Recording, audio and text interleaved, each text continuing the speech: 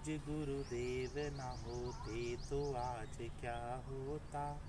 सत्य दर्शन का सूर्य अस्त हो गया होता। पूज्य गुरुदेव कांजी स्वामी जो हमारे जीवन में जिनका उदय हुआ और उनके कारण यह जो मनुष्य जन्म अनंत पुण्य करके अनंत पुरुषार्थ करके हमने पाया, उनके कारण वीतरागी तत्व ज्ञान हमको मिला और उस तत्व ज्ञान में हम लोगों का मन भी लग रहा है। ये बड़े सौभाग्य की बात है। आज हम सभी मुमुक्षु भाई मिलकर उस वीतरागी तत्व ज्ञान का अभ्यास कर रहे हैं।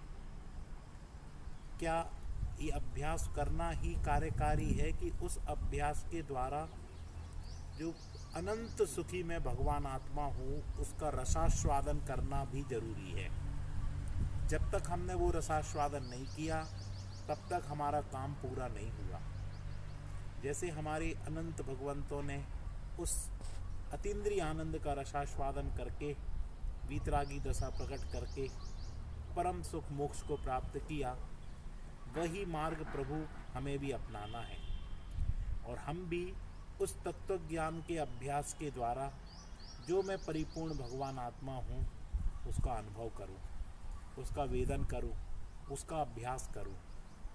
हमें प्रतिदिन सुबह दोपहर शाम कम से कम 10 मिनट बैठकर एकांत में ये चिंतन करना चाहिए कि जो शास्त्र में पढ़ा हो, स्वाध्याय में सुना हो, उसका एकांत में बैठकर विचार करना चाहिए कि मैं कौन हूँ, भगवान कौन है और मैं भगवान कैसे बन सकता हूँ। गुरुदेव श्री के जीवन को देखो तो वो उसी कैंपस में रहते थे, वहीं सुबह दोपहर शाम रात दिन एक आत्मा का चिंतन, मृदु संभाषण में वही कथन। उनके जीवन से कितनी सरलता, सादगी, समता झलकती थी।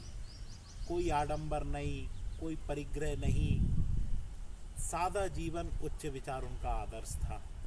हम उनके अनुयायी हैं तो हमें भी अपने संसाधनों को, आरंभ परिग्रह को सीमित कर कर अपनी परिणति को अपने त्रिकाली ध्रुव भगवान आत्मा पर स्थिर करना चाहिए और अपरिणामी कूटस्थ ध्रुव नित्य परमात्मा का अनुभव भी करना चाहिए।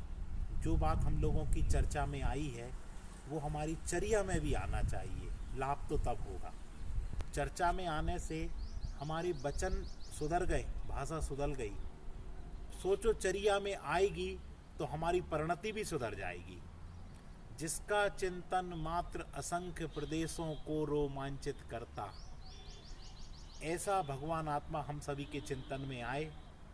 हम सभी इसी मंगल भावना के साथ अभी विराम लेते हैं।